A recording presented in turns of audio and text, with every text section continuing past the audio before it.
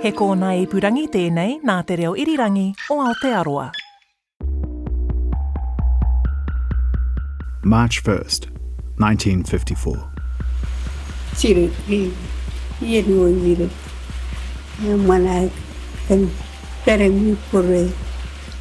It's Monday morning on Rongelap, one of the 29 atolls in the Marshall Islands, located just north of the equator in the western Pacific Ocean. A young girl, 7-year-old Mina Titus, is sleeping safe and secure in her family home.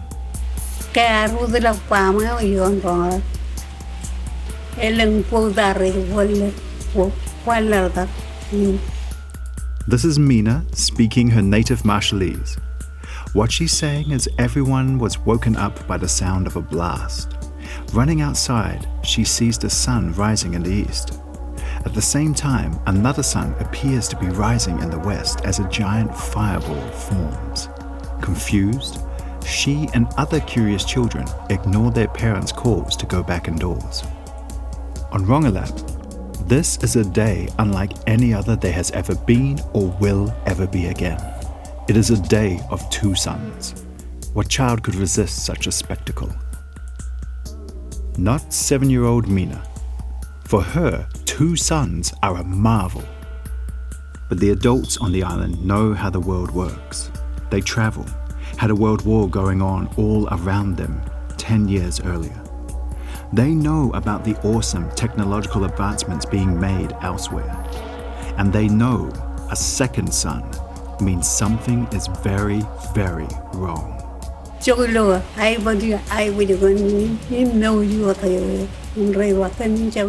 Mina says she saw something unbelievable.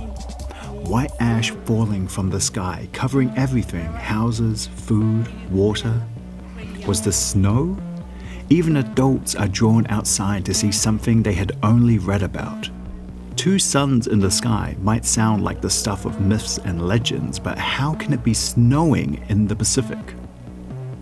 The answer lies 120 kilometers away, on the nearby Bikini Atoll, where a 7-kilometer wide fireball has been created by the largest nuclear explosion the United States has ever produced.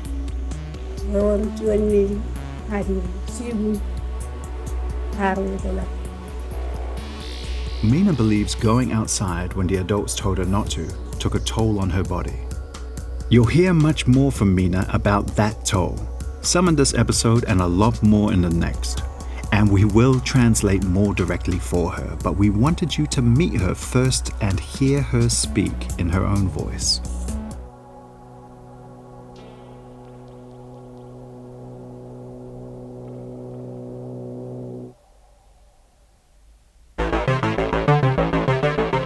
The massive detonation that Mina, her family, and her neighbors saw and felt will eventually result in global calls for an end to atmospheric testing as well as straining relations between the United States and several countries across the Pacific. When the US finally ends their Pacific tests 8 years later, it will be far too late for the Rongelapese, who are caught in the fallout of the 15-megaton Castle Bravo detonation.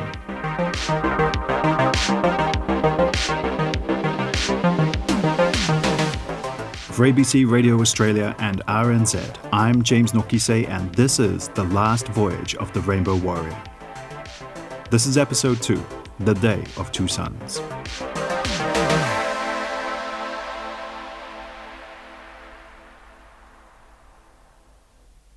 "70 years after the Castle Bravo detonation, the Rongelapese communities live in several parts of the Marshalls, but not on Rongelap itself.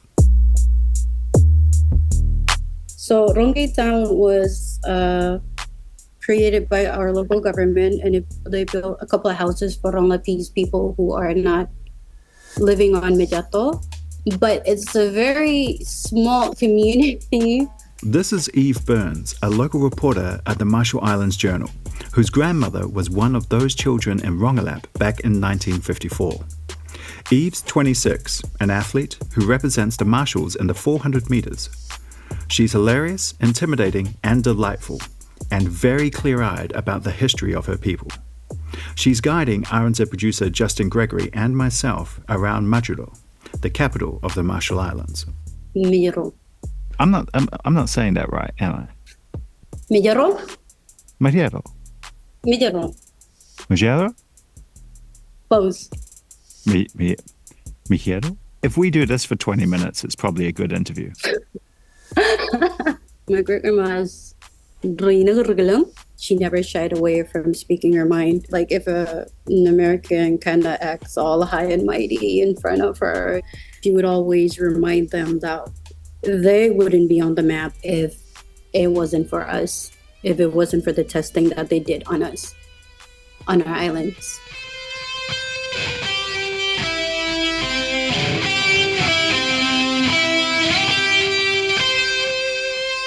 Justin and I arrive in Majuro a week before the 4th of July, which somehow makes us right on time for the Marshall Islands' official 4th of July celebrations, time to coincide with the local US military leaders being in town. The locals call it Beau July. It's surreal. The president of the Marshalls is there. Senior staff from the American Diplomatic Service are there. A military band has been flown in from Hawaii and sung Foo Fighters. The local staff let me steal extra American flag cake. We are asked not to record. I steal more cake.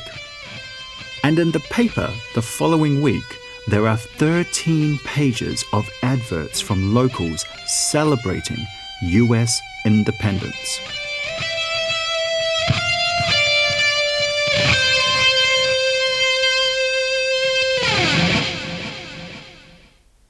Really differentiates Marshall Islands from the other Pacific is that we are an atoll nation. That's Kathy Jetnil Kitchener, Marshallese poet and the country's first published author. It's like a string of islands. We're only 2 meters above sea level, and there's no mountains at all. So it's very, very flat, and there's no higher ground to go to. There's a closer sort of awareness of the ocean. To the Marshallese, their islands remain the center of the universe, the center of their lives. Land is incredibly important to Marshallese people because it's so limited. It's very precious. It's like one of the most important things you can own. It's passed down from generation to generation. You inherit it through your mother's side or matrilineal side. And a lot of times the land that you count as your family's land, it extends not just from the land, but out into the lagoon and to the, ocean side also. When we talk a lot about, when there's different reports about Marshall Islands, they tend to focus on the scarcity of the land, how hard it is to live there. But when you talk to Marshallese people, especially those who are elders and have been raised much closer to the land, they're able to say, well, actually, that land is where you get all the birds. That land is where we go to harvest arrowroot. That land is where we go to harvest pandanus and coconut trees for copra. There's an awareness of where you're able to get the different resources that you need. Unfortunately, though, history often depressingly shows us when you live in a beautiful, isolated, tropical paradise, colonizers will eventually show up to do some colonizing. About 98% of the Marshall Island territory is water, nearly 2 million square kilometers, surrounding 29 atolls and 5 major islands. It's hard to say when Micronesians first arrived on the islands with much precision, but if you said maybe 1,500 to 2,000 years ago, you'd have plenty of researchers and archaeologists agreeing with you. And maybe you're thinking, Marshall doesn't sound very Micronesian. And you'd be right, the same way Micronesian doesn't sound very Pacific. In 1788, British Royal Navy Captain John Marshall was returning from New South Wales. His ship, the Scarborough, was part of the Australian First Fleet, and after dropping off a collection of convicts, he was free to go explore the Pacific. He wasn't the first European to come across the islands. The Spanish swung by in the 16th century, dropped a "Cada loco con su tema," to each his own, and left. Importantly for Marshall, he was the first English-speaking person to trade with the locals, so British mapping charts named the islands after him, becoming known forever as the Marshall Islands. Ever had someone come over for dinner and then you name your house after them? Me neither. Nearly 100 years later, the Spanish suddenly thought the Marshalls looked familiar. In 1874, they formally laid claim to the islands before selling them to Germany. The Marshallese weren't at the negotiation table. It was a good deal for the Spanish, who got cash, and a good deal for the Germans, who got copra. Copra is the dried white flesh of the coconut, and a valuable trading good in the 1800s. The Marshallese got new landlords. Everything was going wunderbar until 1914, when Japan, also a fan of Pacific trading possibilities, captured the islands from the Germans, building military bases there. Japan's control was made official in 1919 when the Allied powers told the defeated Germans they had to give up all their islands in the Pacific after World War I. Again, the Marshallese had no say. Japan volunteered to take over, and everything seemed copacetic. Thank you. With an official League of Nations decision to administer the islands under the Imperial South Seas Japanese Mandate. That is, right up until 1941. Hello NBC, this is KTU in Honolulu, Hawaii. On December 7th, 1941, Japan attacked the U.S. Pacific Fleet at Pearl Harbor, Honolulu. A local radio station was one of the first to get the news out. It is a real war. That real war between Imperial Japan and the imperialistic United States rages across the Pacific. The Japanese want to destroy the U.S. carrier fleet, forcing a surrender. The U.S. want revenge. The Marshallese want, well, no one asked them. What is easy to forget in the stock footage and Hollywood films is that this wasn't just a straightforward battle between good and evil. It was also colonial powers fighting for and amongst their colonies in an effort to be the dominant force across the Pacific. Australia and New Zealand were guarding the south. Russia was lurking in the far north, which left a battleground of hundreds of islands between Hawaii and Japan. Those islands were not uninhabited. They had and still have people living on them. People who have been used and relocated and reused by imperial powers like Apache football. People whose spiritual practices are dismissed and whose resources are sold on by unknown traders without consent. People now caught in the crossfire between unrelenting advanced military powers battling for supremacy.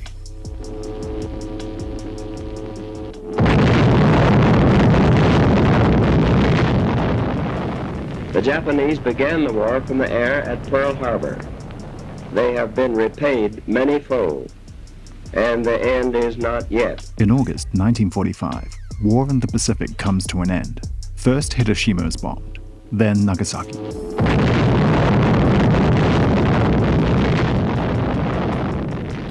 There's no agreed number, but it is estimated that between 150,000 to 250,000 Japanese people die. The Empire of the Sun surrenders, with the image of the mushroom cloud seared into the world's collective psyche forever.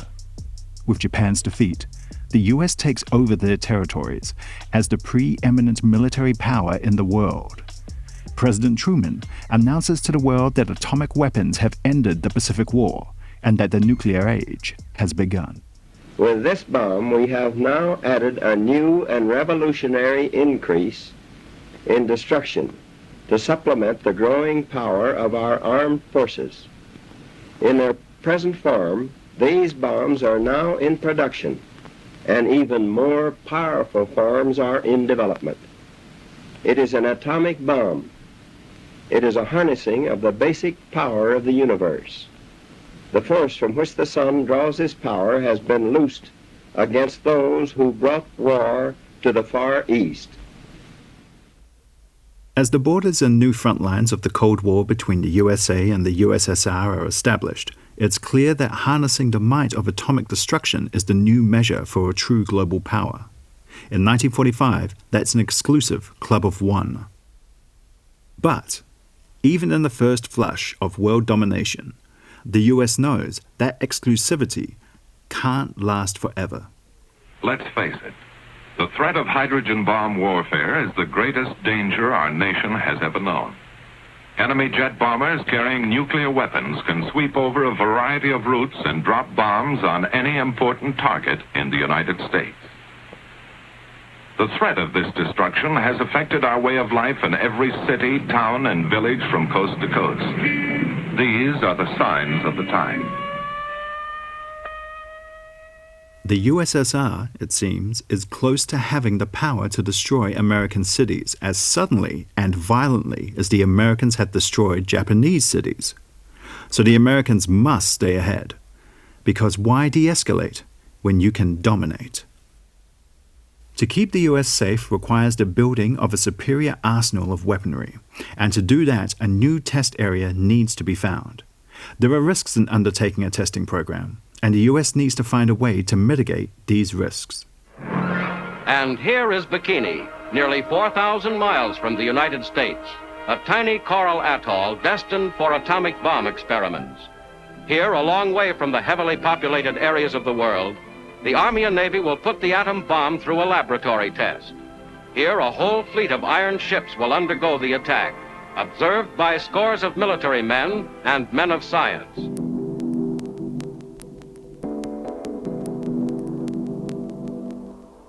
Bikini Atoll is part of the relic chain of islands. It's one of those 29 atolls that make up the Marshall Islands. 1 million miles from Caire and very specifically 4,000 miles away from the United States. And it's here that the states created the Pacific Proving Grounds, where they would test their nuclear weapons at Bikini Atoll in the name of world peace? My grandfather fought in World War II in Africa. My grandmother was bombed in London. The Second World War caused deep trauma, and there was a desire to keep the world from ever going through it again. There's a belief that nuclear weapons will be a deterrent and can bring a lasting peace. But new technology needs to be developed and tested, and there is still so much science hasn't come to grips with. No one really knows the totality of what happens when you trigger a nuclear reaction. A lot of testing had taken place in New Mexico for the Manhattan Project. Even after they started at Bikini, the Americans were still trying things out in the deserts of Nevada and would until 1994. More than 900 tests were carried out there, close enough to Las Vegas for residents to feel them and see the mushroom clouds. They also blew up devices 500 miles off the coast of San Diego and in the South Atlantic.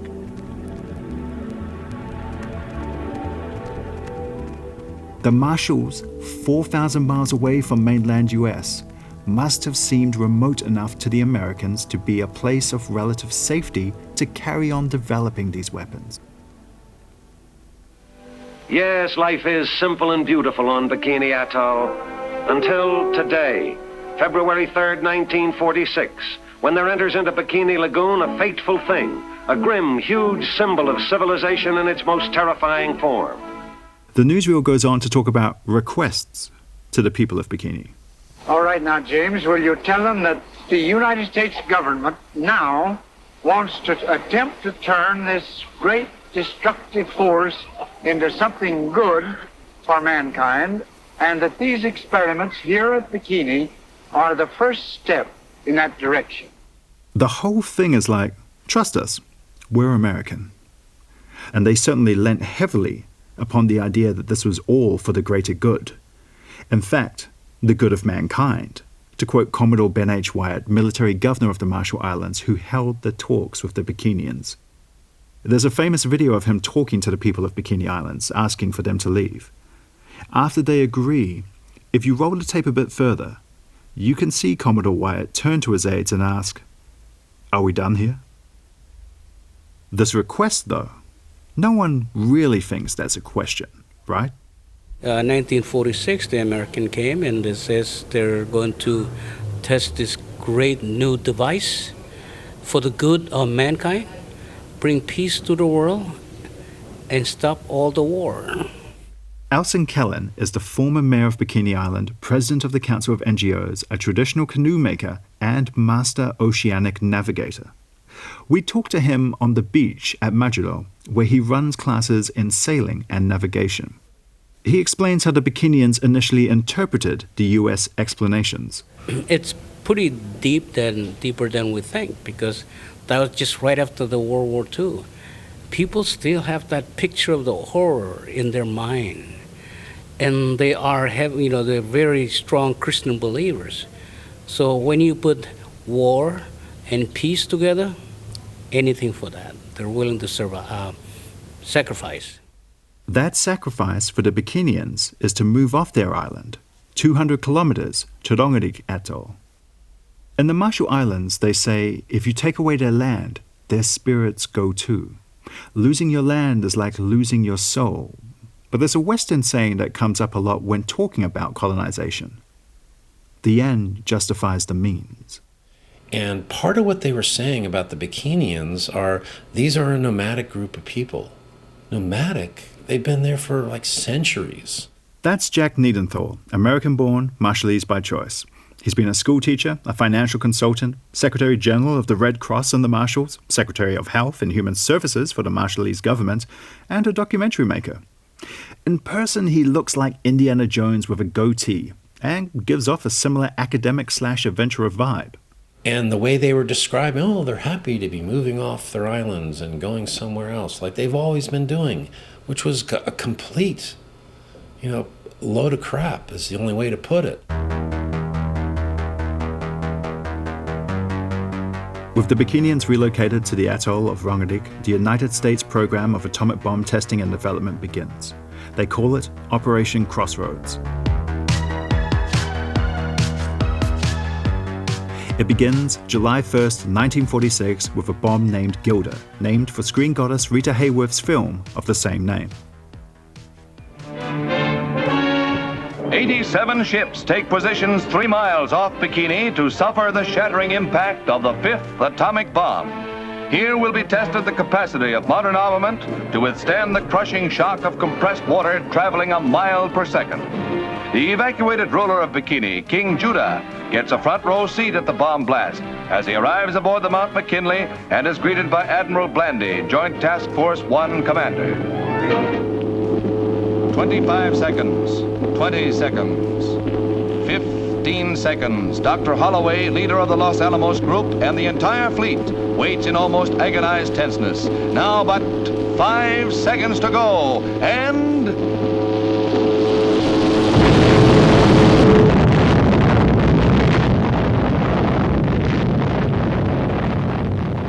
Fun fact, that's not actually what a nuclear blast sounds like, but the recording equipment at the time didn't get anything remarkable to match the visuals, so what you're hearing is what the sound people who saw the footage thought would match the blast. Even then, it doesn't do what happened justice. Thankfully, they described it. Many miles away, the raging might of searing flame, crushing force, and deadly radioactive water is seen falling in a killing mist as the great circular wall of sea closes in on the guinea pig fleet.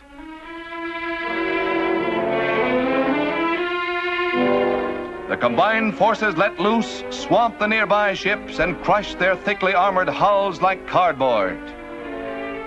While Operation Crossroads continues, it becomes clear to the US that they're going to have to step this thing up a notch. Because as the 1950s begin, the Russians are moving at a pace that's getting scary. 1953, the Russians detonated a weapon. It wasn't very powerful, but it was a hydrogen bomb. A hydrogen bomb.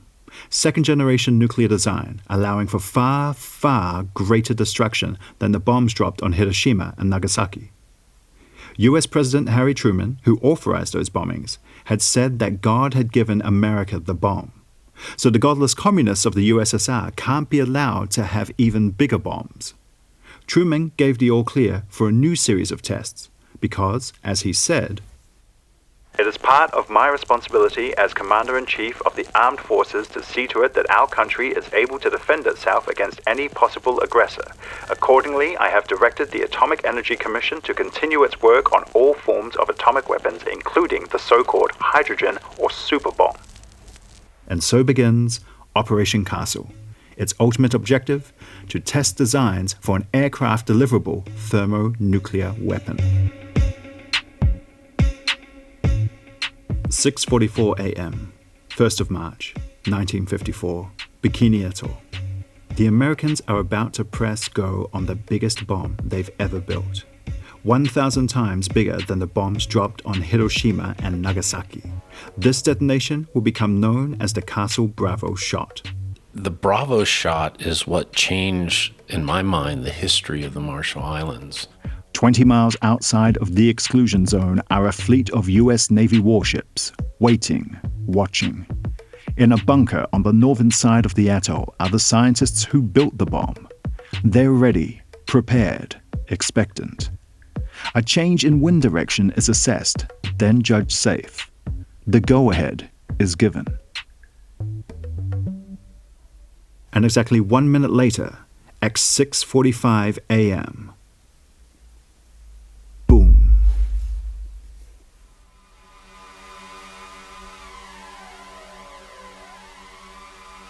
The scientists and the sailors watch as a massive blast, a full 15 megatons, goes up in the morning sky. The 3 islands beneath are vaporized instantly. A mushroom cloud 25 miles, 40 kilometers high climbs into the sky, and the debris begins to travel east, carried by the wind. The watching Americans are awed, maybe terrified, by what they're seeing. Thing is, they weren't the only ones who saw it. Rongelap Atoll is around 120 kilometers southeast of Bikini. That's about the distance between Sydney and Newcastle in Australia, Wellington and Palmerston North in New Zealand, or New York and Philadelphia in the States.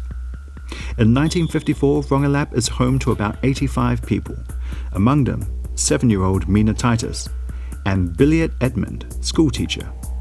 Here's his diary from March 1st, 1954. It was between 5 and 6 when the first flash came.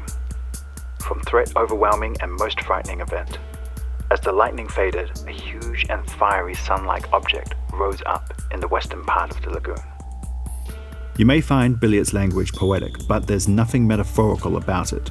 This is simply descriptive, and that's the true horror of what he's witnessing. It was the sun, for it was round, but it was much bigger than our sun.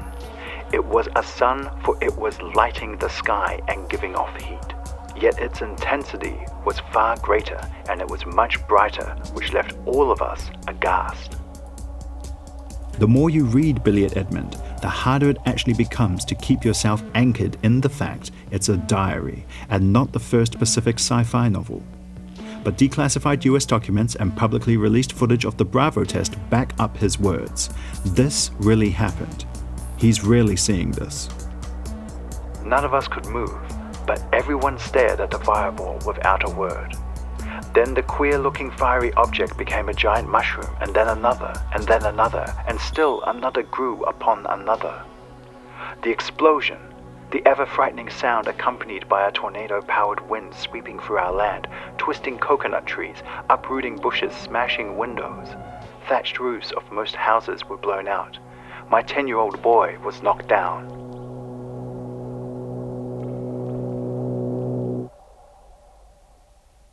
On another island, 3,000 kilometers away, far from the 2 suns, from the falling ash, from the boys getting knocked off their feet by a nuclear bomb going off, was a 21-year-old called Jeton Anjan. He's from Rongelap, but fate has him safely out of reach in Fiji. But much like for Billiet, this day was also the defining day of Jeton's life. So on the day of Castle Bravo, the day of 2 suns, Jeton finds himself in Fiji, now studying to become a dentist. He's 20 years old, soon to be 21. He doesn't know about the bomb. He doesn't know that he won't get to see his land for 3 more years. And he doesn't know that the invisible horrors of Castle Bravo go way beyond that initial blast. And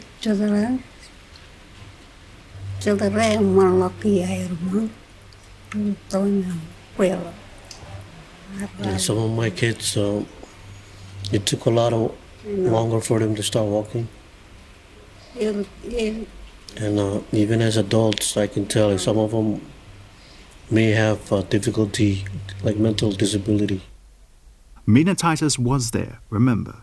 Mina, her family, and Jeton Anjan will be living and struggling with those horrors for the rest of their lives. Before the testing, we were very healthy people. Today we are sick. That's next time on The Last Voyage of the Rainbow Warrior, Episode 3, Project 4.1. The Last Voyage of the Rainbow Warrior was written, produced, and presented by me, James Nokise. Sophie Townsend is the script editor and writer, Justin Gregory, writer and producer. The Last Voyage is a co-production between ABC Radio Australia and RNZ. Justine Kelly is the head of ABC Radio Australia. Tim Watkin is executive editor, audio for RNZ.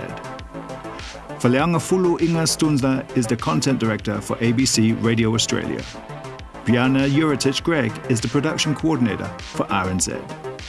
Alison Barkley for the ABC. RNZ's Rangi Powick engineered the series. Designed by Dexter Edwards. Website by Hing Yi Kong for RNZ. Huge thanks to Eve Burns, Hilary Hosea, Gift Johnson from the Marshall Islands Journal. Our respect and love to all the people we met in the Marshall Islands. Listen and follow at Apple Podcasts, Spotify, and on the ABC and RNZ websites, or wherever you get your podcasts.